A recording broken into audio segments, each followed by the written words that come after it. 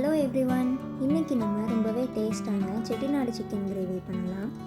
இது பண்ணுறதுக்கு மல்லி 2 ஸ்பூன், சோம்பு 1 ஸ்பூன், மிளகு 1 ஸ்பூன், சீரகம் 1 ஸ்பூன், ஏலக்காய் 2, கிராம்பு 4, அன்னாசி பூ 1, பட்டை 2 துண்டு, கல்பாசி கொஞ்சம், பிரியாணி இலை. இப்போது இதை எல்லாத்தையும் ஒரு பேனில் சேர்த்து நல்லா வறுத்துக்கிறேன்.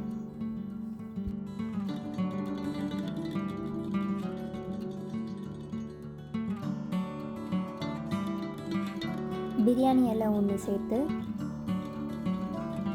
3 ஸ்பூன் துருவன தேங்காய் சேர்த்துக்கிறேன்.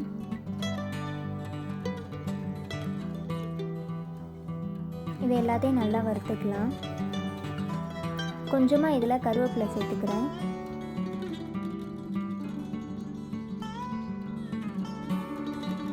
இதெல்லாம் நல்லா வதங்கினதும் இதை ஆற வச்சிடலாம்.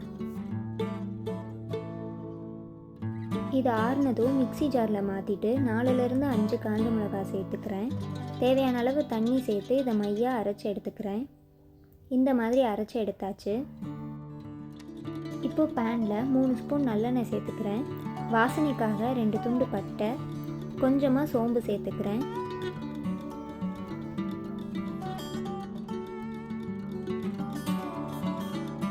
அப்புறமா இதில் குட்டி குட்டியாக கட் பண்ண சின்ன வெங்காயம், கொஞ்சமாக கருவேப்பிலை, 1 பச்சை மிளகாய் சேர்த்து இதை நல்லா வதக்கிக்கலாம்.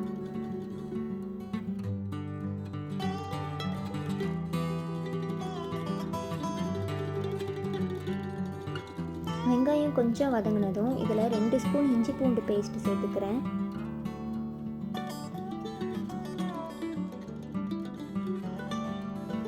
இஞ்சி பூண்டு பச்சை வாசனை போனதும் இதில் 2 சின்ன தக்காளியை குட்டி குட்டியாக கட் பண்ணி சேர்த்துக்கிறேன்.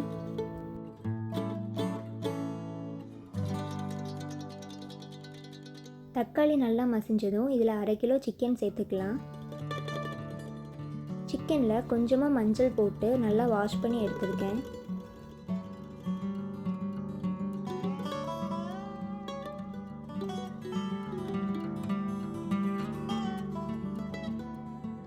இப்போ இதில் தேவையான அளவு உப்பு சேர்த்துக்கலாம். இதை மிக்ஸ் பண்ணதுக்கப்புறமா 5 நிமிஷத்துக்கு ஹை ஃப்ளேமில் குக் பண்ணிக்கலாம்.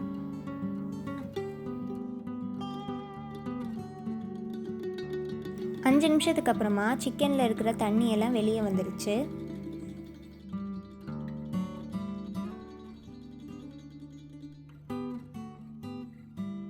இப்போ இதில் நம்ம அரைச்ச பேஸ்ட்டை சேர்த்துக்கலாம்.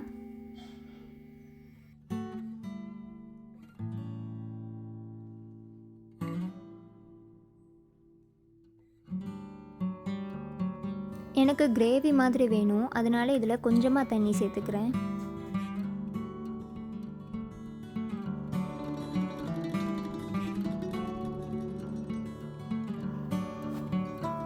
இதில் கொஞ்சமாக கருவேப்பிலை சேர்த்துக்கிறேன். கருவேப்பிலை நிறையா சேர்க்கும்போது ஃப்ளேவர் ரொம்ப நல்லாயிருக்கும். இதை நல்லா மிக்ஸ் பண்ணிவிட்டு 10 நிமிஷத்துக்கு மீடியம் ஃப்ளேமில் குக் பண்ணிக்கிறேன். 10 நிமிஷத்துக்கு அப்புறமா எண்ணெயெல்லாம் வெளியே வந்து சிக்கன் சாஃப்டாக வெந்துடுச்சு. இப்போ இதில் கொஞ்சமாக மல்லி இலை சேர்த்துக்கிறேன்.